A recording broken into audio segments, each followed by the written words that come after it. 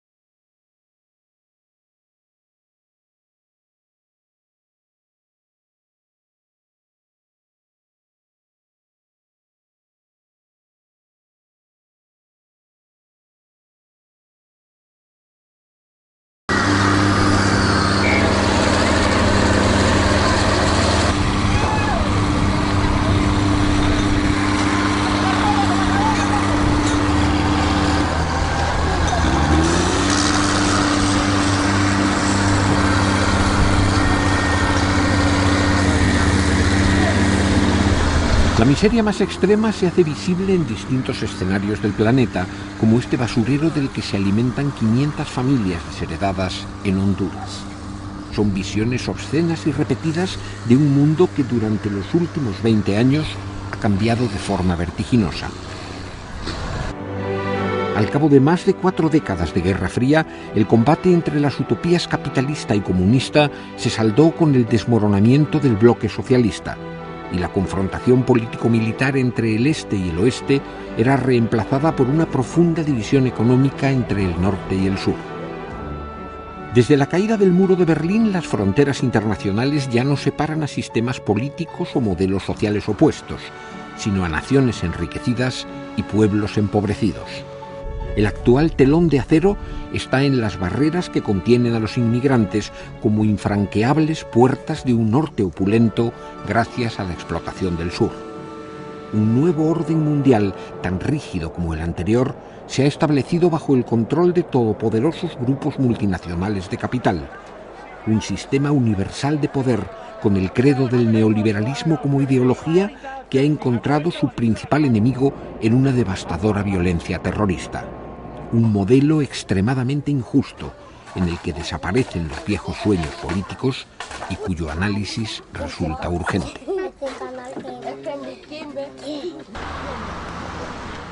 Jan Ziegler es una de las mentes más lúcidas de la izquierda europea.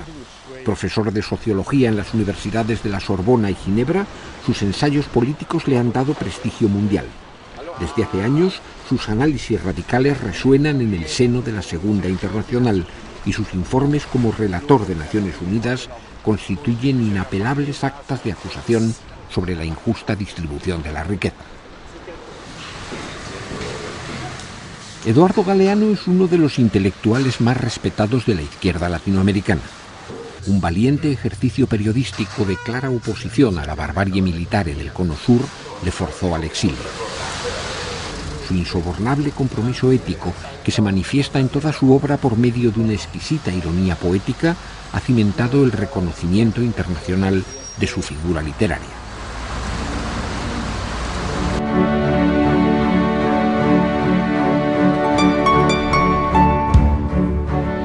Las voces críticas de Galeano y Ziegler se cruzan para desnudar y retratar el implacable sistema de poder que parece consolidarse en los comienzos del siglo XXI.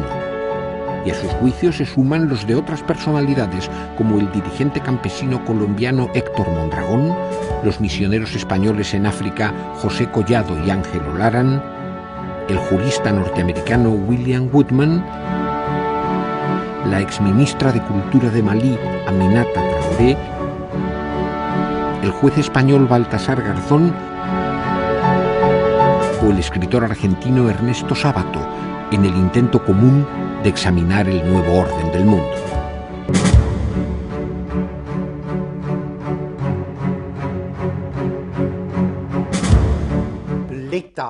El Estado tal y como lo conocemos, el Estado nacional que surgió de la Revolución Francesa del siglo XVIII, de la unificación de los distintos países europeos, es un Estado territorial. Es territorial. Sus leyes dejan de tener efecto más allá de las fronteras, así como su policía y su justicia. Su gran poder de legislar está limitado por el territorio. Sin embargo, los amos del mundo, los amos del capital financiero mundializado, son totalmente independientes de cualquier forma de territorio. Porque en el proceso de creación del mercado globalizado, de unificación del mundo bajo la ley del máximo beneficio, uno de los tipos del capital se ha independizado. Es el capital financiero, el capital virtual, el capital líquido, el capital móvil que se hace visible y toma cuerpo en las bolsas, y que domina al capital comercial, al capital industrial, al capital social en todas sus formas. En la bolsa, cuando cierra Tokio, abren las de Frankfurt, Madrid, París y Londres. Y cuando las bolsas europeas cierran, toman el relevo las de Nueva York y de Chicago. Por lo tanto, el capital financiero recorre el planeta las 24 horas del día con una única finalidad: el beneficio máximo.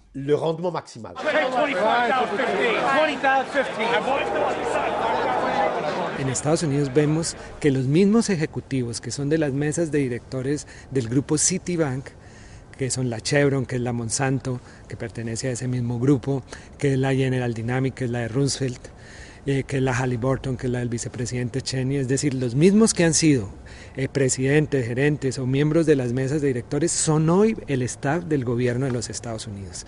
Es decir, que ya no podemos hablar de un gobierno en la sombra de estos grupos, sino podemos decir que mediante el gobierno de Estados Unidos estos grupos han empezado a ejercer directamente el poder, y que los que sí son entes meramente subordinados son la mayoría de los gobiernos del mundo, que dependen de ellos.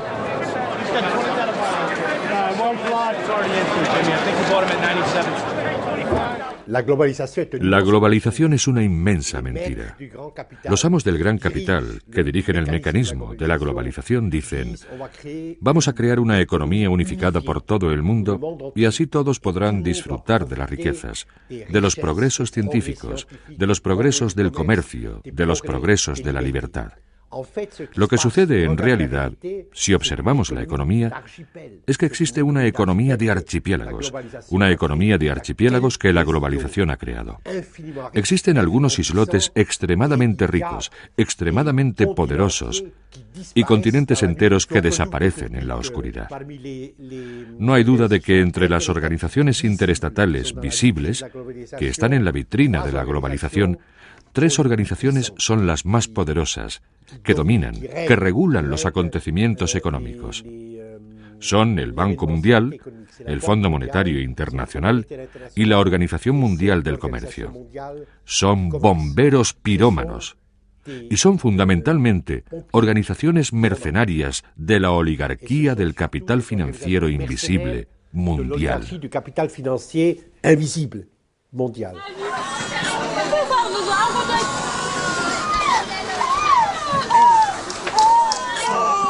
La política del Fondo Monetario Internacional como la del Banco Mundial yo no la veo clara por ningún sitio porque no se ven los beneficios. Yo aquí en 30 y tantos años pues veo que la pobreza va aumentando. Los ricos del país cada vez son más ricos, pero los pobres son cada vez más pobres. La agricultura va para abajo, la ganadería va para abajo, todo va para abajo. Si hubieran efectos saludables para toda esta gente, se verían. Yo no los veo por ningún sitio. Es la mundialización de la pobreza, ¿no?, de la riqueza. Yo no creo que se pueda luchar contra la pobreza ni crear, como se llama aquí, una estrategia de lucha contra la pobreza sin luchar contra la riqueza y sin luchar contra los ricos mismos. ¿Por qué? Los ricos son cada vez más ricos y los pobres son cada vez más pobres.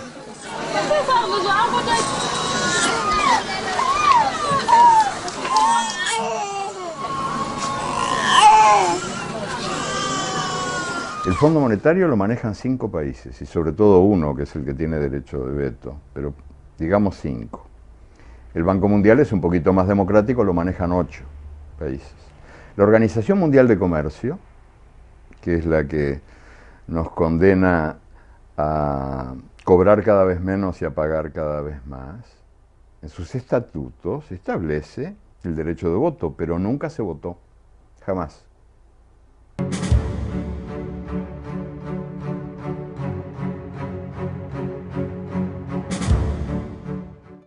El capitalismo de hoy en día, tal y como se ha desarrollado a lo largo del planeta, como el mercado mundial unificado como instancia única, con esa mano invisible que decide quién muere y quién vive en este planeta, es en realidad un killer capitalismus, un término alemán que los economistas marxistas alemanes inventaron.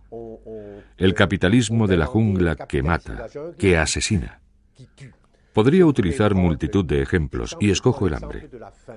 Todos los días en este planeta, según la FAO, 100.000 personas mueren de hambre o a causa de sus consecuencias inmediatas. El año pasado, cada 5 segundos, un niño de menos de 10 años moría de hambre. Y el año pasado también, 856 millones de personas, una de cada 6, ha permanecido malnutrida de forma grave y permanente. Las cifras indican que la pirámide de mártires aumenta, y todo esto sucede en un planeta que, según la FAO, podría alimentar en condiciones normales con 2.700 calorías por día para un adulto normal a 12.000 millones de seres humanos, y somos 6.000 millones, es decir, a casi el doble de la población actual. O sea que en esta matanza cotidiana del hambre no hay fatalidad alguna.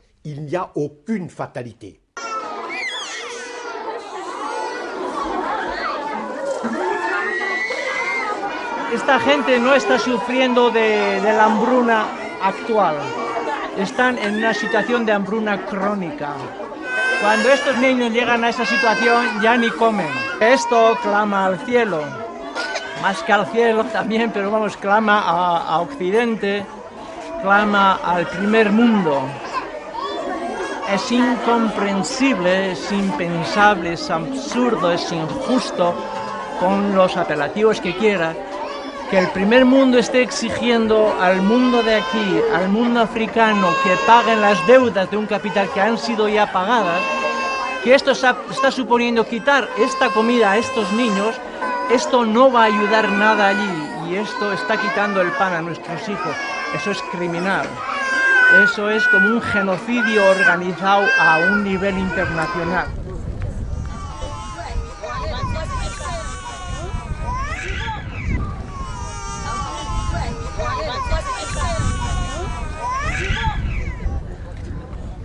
hasta hace 30 años, 40 años,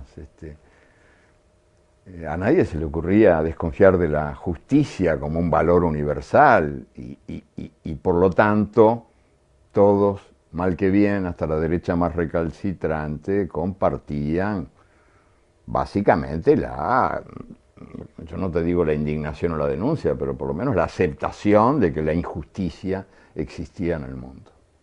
Y ahora que estamos gobernados por esta dictadura invisible de los grandes señores de las finanzas y de la guerra, los guerreros y los banqueros que mandan en el mundo y que usurpan una palabra hermosa como era comunidad internacional, lindísima palabra, lindísima expresión, la comunidad internacional que ahora nombra a los banqueros y a los guerreros. Comunidad internacional es el poder que ejercen los banqueros y los guerreros. Bueno, pues en otros tiempos se admitía que un mundo que genera pobreza es un mundo injusto. O sea que la pobreza es hija de la injusticia. Hoy por hoy es cada vez más raro escucharlo, porque resulta que la injusticia ha dejado de existir. La pobreza es el justo castigo que la ineficiencia merece.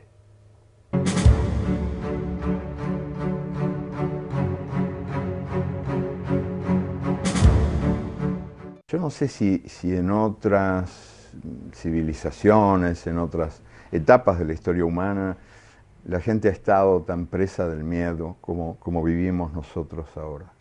Tenemos miedo de todo el tiempo. No se puede hacer nada, es un gas paralizante el miedo.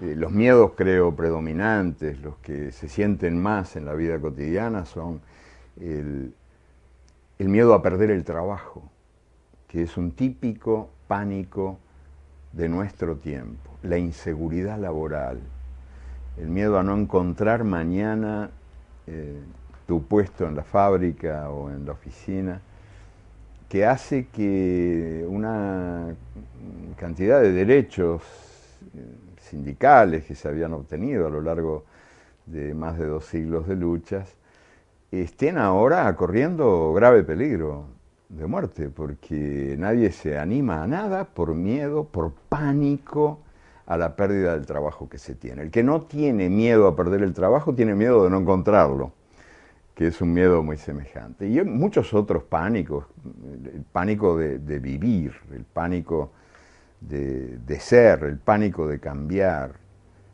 el pánico a los demonios que nos inventan para asustarnos. Los derechos democráticos van a morir.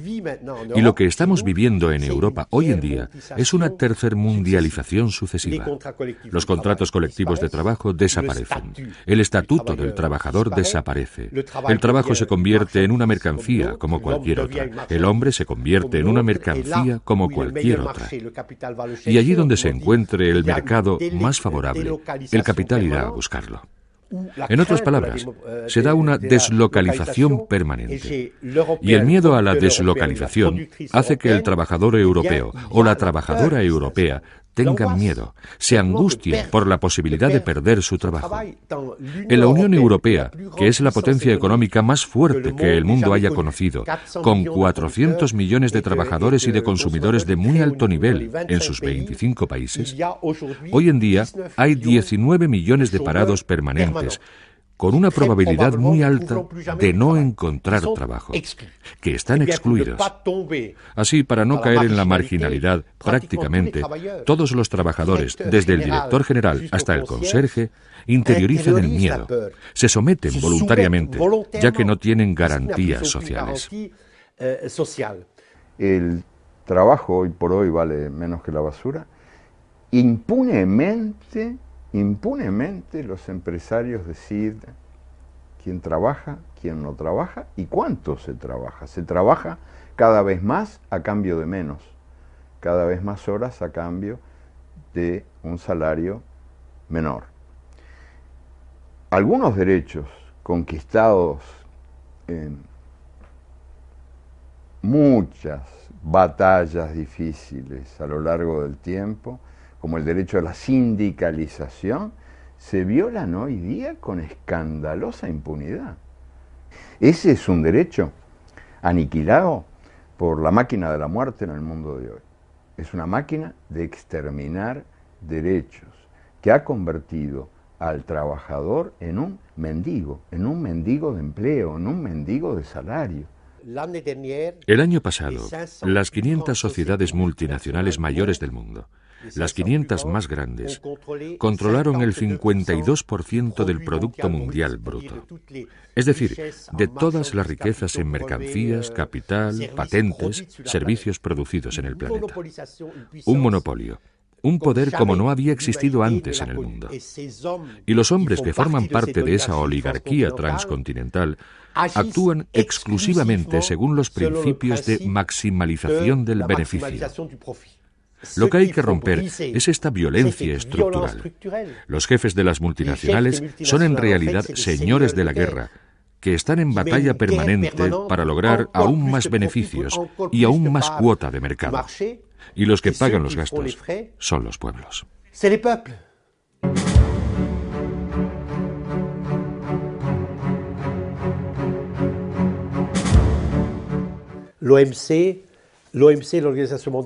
La OMC, la Organización Mundial del Comercio, compuesta hoy en día por 147 estados, debe asegurar, y asegura en nombre del capital financiero internacional, la liberalización total de la circulación de mercancías, de capitales, de patentes y de servicios. Desarma, por lo tanto, a los estados del sur frente al capital multinacional. Lo que liberaliza son las mercancías, las patentes, los capitales, nunca las personas. Las personas no aparecen en el proyecto de la Organización Mundial del Comercio. Se las margina. Son arrojadas contra el alambre de espino de Ceuta y mueren en el estrecho de Gibraltar. Los hombres se reducen a un problema menor, totalmente apartado de la liberalización mundial.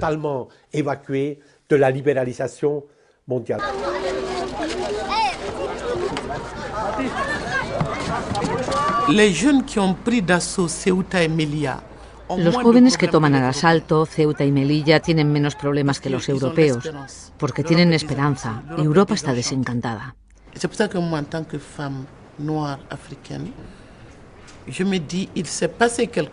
En tanto que mujer, que negra, que africana, me digo que está pasando algo en esos dos enclaves, algo que sobrepasa a África y Europa. Yo creo que esos asaltos son una forma de respuesta de los sin derechos, de los sin voz, que han venido a decir aquí ante vuestras puertas. Este es el resultado de lo que habéis denominado cooperación para el desarrollo. Cuando vemos las consecuencias de las privatizaciones, de las fusiones y de las deslocalizaciones, cuando te dicen que tal empresa va a suprimir 1000 empleos, tú te dices, países civilizados, ricos, que disponen de dinero, que prefieren concentrar el dinero entre las manos de un puñado de multinacionales, de un puñado de poseedores. Si Europa es capaz de dejar en el paro a sus propios ciudadanos, ¿qué es lo que Europa guarda para África? Por eso digo que no hay un problema de migración, hay un problema con el sistema económico mundial.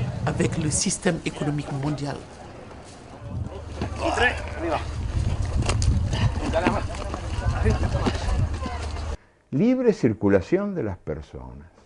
Qué broma de mal gusto en un mundo donde hay millones y millones de migrantes, de expulsados por las sequías, por esas catástrofes llamadas naturales, que de naturales no tienen nada, o por las dictaduras, o por las guerras, que deambulan buscando casa y se encuentran con que les cierran la puerta en las narices. Esta invasión de los invadidos, gente que del sur marcha hacia el norte que tantas veces invadió el sur en las guerras coloniales y en las guerras que eran coloniales pero no decían que eran. Esta invasión de los invadidos, que es probablemente el drama más importante del mundo de hoy, del mundo de nuestros días. Estos gentíos que deambulan buscando esta peregrinación inútil, este éxodo trágico de gentes que aspiran a ser tratadas como se trata al dinero. Para el dinero no hay fronteras, no hay ningún problema. Y para los migrantes, para el éxodo de los desamparados, de los brazos que buscan trabajo y destino, hay muros, tremendos muros, para que los privilegiados puedan seguir siendo la minoría que manda y los demás se resignen a ser la mayoría que obedece.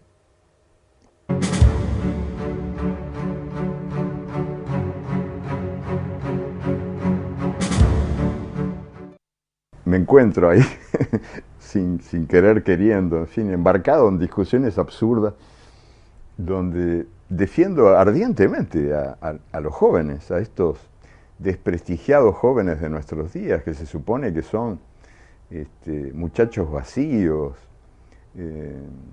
desde el punto de vista de las generaciones anteriores. Dice, pero estos, la política no les importa nada, se cagan en todo, son unos egoístas. Estos rockeros de ahora. Y yo voy y ahí los defiendo, porque yo creo que tienen toda la razón en no creer. Hay un sistema universal de poder que los invita a no creer. O sea, que les ofrece la fe y los traiciona. Y ellos asisten a la política como si fuera un circo, donde los más exitosos son los capaces de dar las piruetas más prodigiosas para hacer desde el gobierno lo contrario de lo que han prometido desde el llano. Lo que se pone en cuestión radicalmente son los valores de las luces, que durante 250 años nos han dado la República, los estados democráticos, los valores fundamentales, un tipo de civilización con el que hemos vivido. Y cuando decimos que la economía ya no es una actividad humana, que el neoliberalismo ya no es una actividad humana, sino simplemente la traducción de una realidad, de un número determinado de leyes naturales, lo que hacemos es expulsar al hombre de su papel como sujeto de la historia. Y con ello, negamos frontalmente todos los valores de las luces, la solidaridad, los derechos del hombre, la autodeterminación, el gobierno, por delegación revocable, etc. Hoy nos encontramos ante estas dos opciones. O bien escogemos la defensa de esos valores, de las luces, a través del restablecimiento de la fuerza del Estado Nacional y de una normativa internacional, o bien nos sometemos a los amos del mundo y a sus leyes presuntamente naturales de los beneficios. Si la segunda opción es la que se impone finalmente, entonces la jungla se instalará en Europa. Nos sumiremos en la oscuridad y la civilización tal y como la conocemos, por lo menos en Europa, la civilización democrática que proviene de las luces, desaparecerá. Ahora las torturas se llaman apremios ilegales, la traición se llama realismo, el oportunismo se llama pragmatismo, el imperialismo se llama globalización y a las víctimas del imperialismo se los llama países en vías de desarrollo, confundiendo a los niños con los enanos. Y al sistema que en mi infancia y en mi juventud llamábamos capitalismo, se le llama hoy economía de mercado.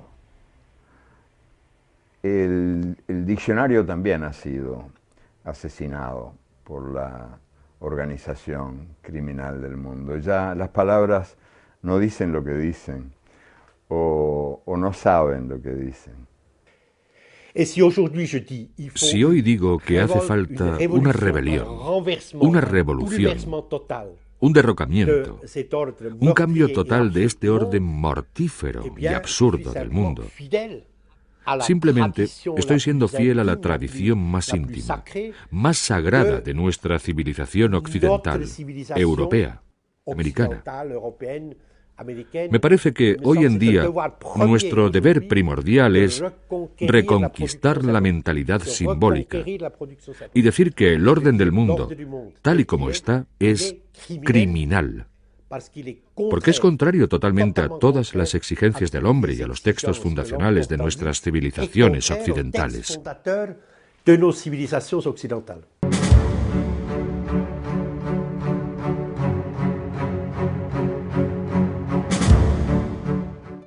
Bin Laden es el demonio profesional más exitoso y el que mejor cumple sus funciones, pero no es el único. Siempre hay algún satán a mano para decirnos: la humanidad corre peligro, este es el último día del mundo. Y muchísima gente se hace eco de esas voces del miedo que imponen una dictadura invisible y paralizante que es enemiga de la dignidad humana, porque los que estamos, todos estamos enjaulados por el miedo, ya no somos libres. Y los que no somos libres no podemos ser dignos.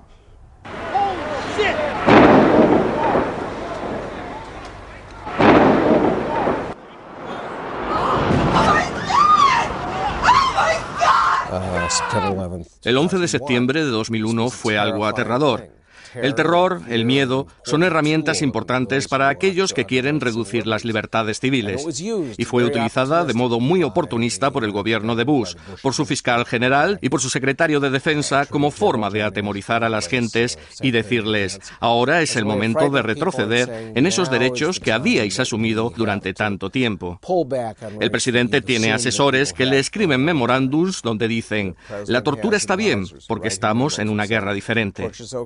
A todas esas personas desaparecidas, a la gente que está en agujeros negros, nosotros les llamamos presos fantasmas. Probablemente algunos serán torturados, algunos serán asesinados, y eso es algo que la gente da por sentado, lo dan por válido, porque esta gente son terroristas, son árabes, son musulmanes, son otros, no son nosotros, como algunos norteamericanos podrían decir.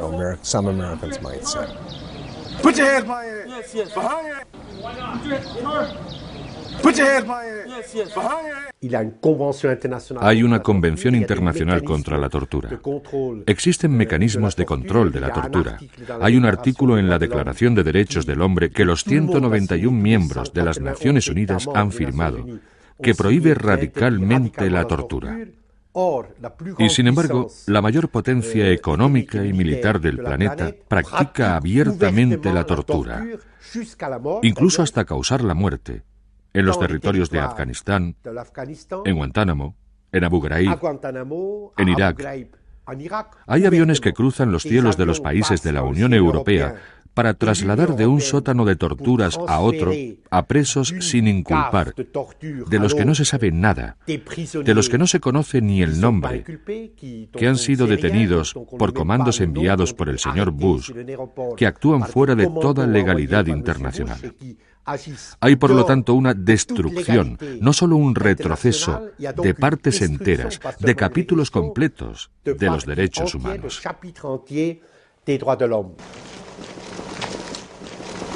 No tenemos ningún indicio de que ha habido ejecuciones extrajudiciales, pero es que no hay información. Entonces no tenemos indicios, pero no es posible saber en ese momento. Human Rights Watch cree que se puede hablar de desaparecidos, porque hay personas, por ejemplo, que han sido detenidos durante más de 3 años y no hay ninguna información sobre su estado de salud, sobre el lugar de detención. ¿Cómo es posible que se haya llegado a eso? Bueno, pues porque eso es imprescindible para que todas las personitas que integramos esta cosa que, en fin, que llamamos humanidad, aprendamos de una buena vez que nos puede ocurrir a nosotros también, que a cualquiera le puede ocurrir. Terminar rapado con un uniforme a rayas, humillado cotidianamente, meado por los perros en un lugar como Guantánamo. A cualquiera le puede pasar. Es lo mismo que lo de la tortura. Si la tortura torturara solamente a los culpables, no sería eficaz.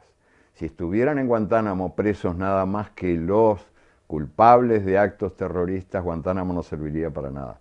Sirven estos ejemplos, estos símbolos del poder, funcionan porque emiten miedo, y emiten miedo en la medida en que le puede tocar a cualquiera. Es un asunto del azar.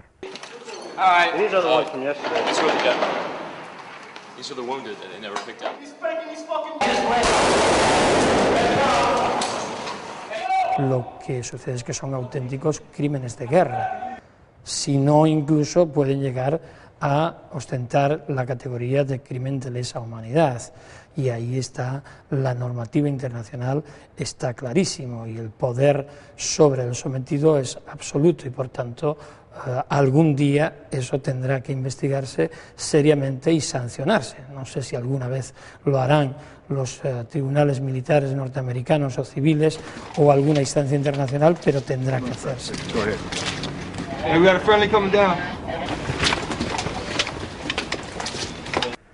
Hacía mucho tiempo que la tortura se practicaba, pero no se predicaba. O sea, no se decía. Pero ahora se proclama a los cuatro vientos que la tortura es una maravilla. Y además se lo dice a partir del supuesto falso de que el torturado dice la verdad.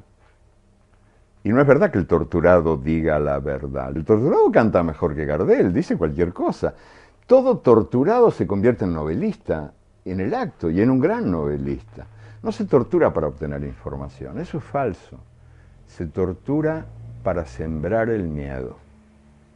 Y en eso sí que hay que reconocer que la tortura es eficaz. Y por eso es que ahora la tortura es objeto de publicidad incesante.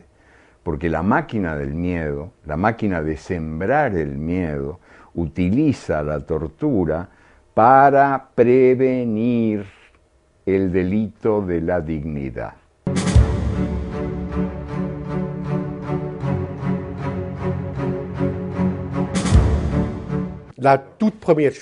Lo primero que cada uno de nosotros debe de hacer es mirar la situación de frente y no considerar como normal y natural la destrucción, por ejemplo, de 36 millones de personas el año pasado por culpa del hambre y de la desnutrición. No hay que aceptar lo que los amos del mundo dicen. Son las leyes naturales de la economía, no podemos hacer nada al respecto. Es normal morir de hambre en Etiopía porque hay sequía, porque la gente no sabe trabajar, porque si hubiese un solo muerto de hambre en París, habría una revuelta. Tenemos que rechazar como algo normal la destrucción de nuestros semejantes por este sistema criminal y mortífero del mundo. De ningún modo debemos permitir que nos intimiden los grandes organismos de comunicación, ni las fábricas de las teorías neoliberales de las grandes corporaciones. Porque todas las corporaciones se ocupan primero de controlar las conciencias, de controlar como pueden a la prensa y el debate público, y tratan de ocupar el debate público para vaciar los cerebros.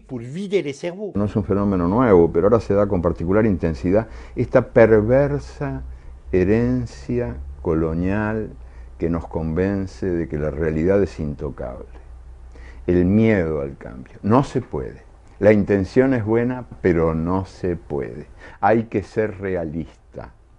Hoy por hoy, cuando los ministros de Economía son los que de veras gobiernan a nuestros países, pero esos ministros de Economía están a su vez gobernados por el gobierno que los gobierna, que es el de los grandes organismos financieros internacionales, o presuntamente internacionales, imperiales, para decirlo con palabras más claras. Hoy por hoy rige esta suerte de ideología de la impotencia nacida del miedo. No se puede. Y yo pienso que ese miedo al cambio es un miedo muy, pero muy dañino, y que es uno de los miedos más poderosos, más importantes en esta suerte de maquinaria mundial del crimen, porque es un miedo que mata la esperanza. O sea, opera contra la voluntad democrática del cambio. Queda una esperanza que considero muy real y fuerte, y es la nueva sociedad civil planetaria. Carlos Marx dijo que el revolucionario tiene que ser capaz de oír a la hierba crecer. En la decadencia del Estado Nacional, de los partidos políticos, de los sindicatos, ante el crecimiento de la impotencia de estas organizaciones, que por otro lado son totalmente respetables, está el imperativo moral que se encuentra dentro de cada uno de nosotros y que hace que en la situación en la que estamos, frente a ese capitalismo asesino, en un mundo asesino, en el sur y en el norte, las personas se unan. A sus 95 años, Ernesto Sábato ya no hace declaraciones, pero quiso releer el texto que un día no lejano escribió, llamando desde la última curva de su camino a la resistencia contra la injusticia. Y las palabras eternas de la ética brotaron con su voz como respuesta individual ante un mundo despiadado. Creo que hay que resistir. Este ha sido mi lema, pero hoy cuántas veces me he preguntado cómo encarnar esta palabra, cómo vivir la resistencia. En un tiempo, el surrealismo fue para mí una manera de la resistencia, como lo había sido el anarquismo y mi militancia en la izquierda, pero ahora la situación ha cambiado tanto que debemos de evaluar detenidamente qué entendemos por resistir. No puedo darles una respuesta. Si la supiera saldría como esos creyentes delirantes, quizá los únicos que en verdad creen, a proclamarlo en las esquinas, con la urgencia que nos han de dar los pocos metros que nos separan de las catástrofes. Pero no, incluyo es que algo menos formidable, algo más silencioso, algo que corresponde a la noche que vivimos, apenas una vela, algo como lo que es esperar. Go!